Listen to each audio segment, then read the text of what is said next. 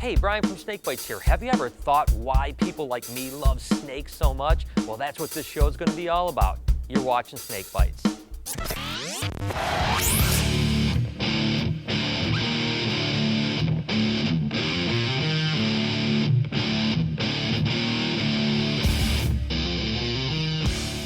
Some people are just born with a passion for certain things. Maybe it's adventure, maybe it's risk-taking. Well, for me, it certainly was the love of animals.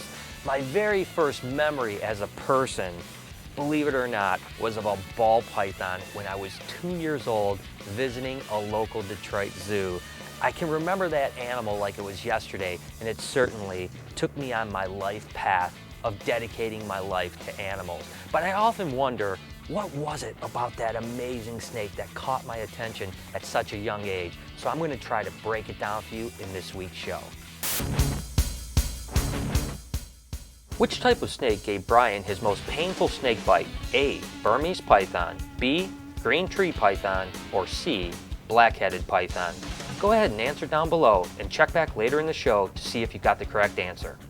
Although I spent the majority of my youth in the local woods collecting garter snakes, the truth is I really wasn't exposed to the pet side of snake breeding until my early teens, when I started going into the local pet shop and saw things like these baby corn snakes. And of course, baby snakes always get you really excited. Let's face it, baby animals are always the cutest, right? So when I started keeping animals, just the fact that I could see those babies eat their first meal and start to grow really is what started to hook me on snakes. But let's face it, babies don't stay babies forever, do they? That was the next thing that really drew me into my love of snakes. That sense of accomplishment. The fact that you could feed that little teeny baby corn snake and just almost watch it grow. And the more food you put into it, the larger it would get, eventually getting to fuzzy and even into adulthood. Obviously, anyone that keeps reptiles typically loves seeing snakes eat. There's just something that's so amazing about an animal without arms and legs that are able to do something like take a rodent, especially one of this size. I don't know what it is. It's just super cool. You can see she's just like, oh, look at that. And she just grabs it and starts to eat it. Now, it's amazing because look at how she'll literally maneuver that rodent in her mouth without having any arms and legs. I just think that would be almost impossible.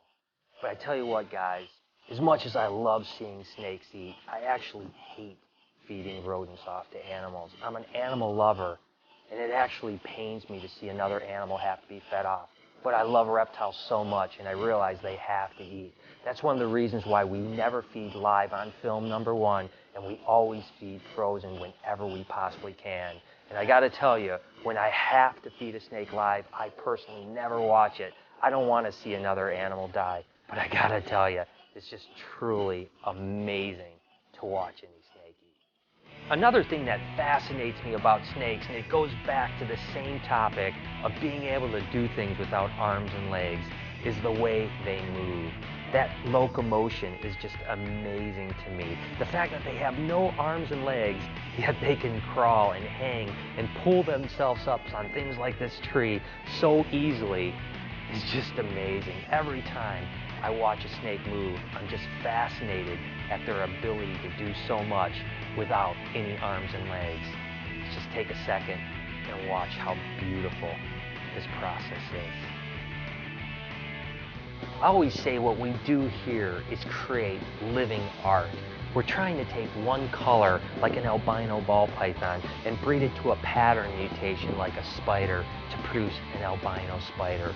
We call them paint jobs. They're just beautiful snakes, and you have to remember that until we produce something like an albino spider, it's only in our head and it's only in our dreams, and it really motivates us to continue on. I remember producing the first pinstripe super stripe a few years back, and again it came out, it was just so amazing. It took me 4 or 5 years of working towards this animal to finally produce it, and it was so worth the wait. I just want to show you a few animals that have just really inspired me over the last couple years. Look at how beautiful this ghost black pastel pinstripe is. Again, this is a 3-bang animal, but it's the right 3 combinations. The black pastel brings the orange out, the pinstripe brings the color, color, and then the hypo or ghost gene makes that kind of translucent look to it. They're just truly incredible. And I remember when I first started out, one of the animals that really drove me into ball pythons were pied ball pythons. Just look how amazing that animal is. It's just a simple recessive gene with one mutation, but I tell you what an incredible mutation it is. Again, these paint jobs are what I call living art, and that living art is something that certainly keeps me extremely passionate about snakes. This baby blue-eyed leucistic ball python hatched this morning, and I don't care who you are, when you see a little baby snake hatch, you're absolutely hooked to snakes. As a matter of fact, when I started growing my collection, my mom was terrified of snakes, and I remember the first time I showed her a baby corn snake hatching out of the egg. She was absolutely blown away by it. And although I don't think she became a snake lover, she certainly had a new appreciation for snakes. I tell you what, there's a lot of parts of my job I absolutely love, but nothing beats seeing a new baby snake hatch. Although reptiles are certainly becoming way more common than they were when I first started out, I would still consider them a fringe pet. And I think that that's the one thing that can draw you to keeping reptiles too.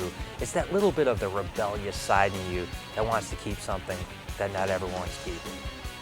The one thing I love about my life working with animals is that every day there's something new. When I wake up in the morning, I never know what's going to happen, who's going to lay, what babies are going to hatch, what is in store for me each day.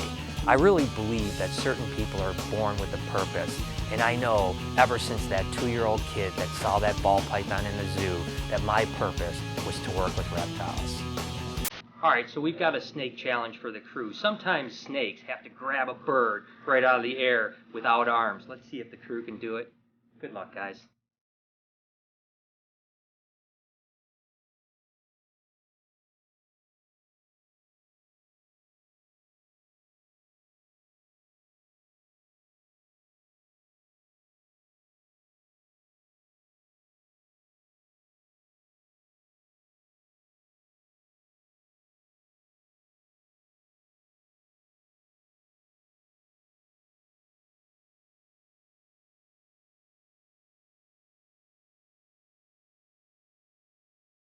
Okay, what we have here is a little reptilian challenge. No arms, you've got to stay on the ground. The object of the whole game is to score. The guys are scoring this way, the girls are scoring this way. The only rule is both teammates have to touch the ball at least once. You guys ready? Oh, what the And go! Hey! What the Someone needs to take my glasses off, because I didn't trust it. Ow! Okay. I'll take Ollie over the side.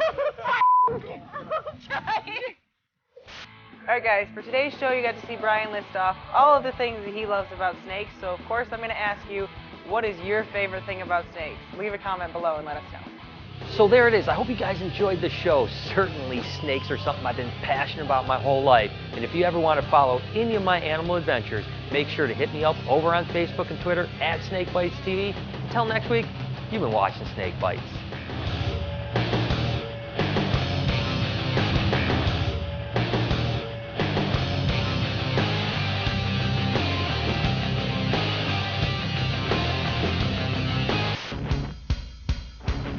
Which type of snake gave Brian his most painful snake bite? If you answered C, black-headed python, you are absolutely correct. Good job. Still rolling? Yep. Let's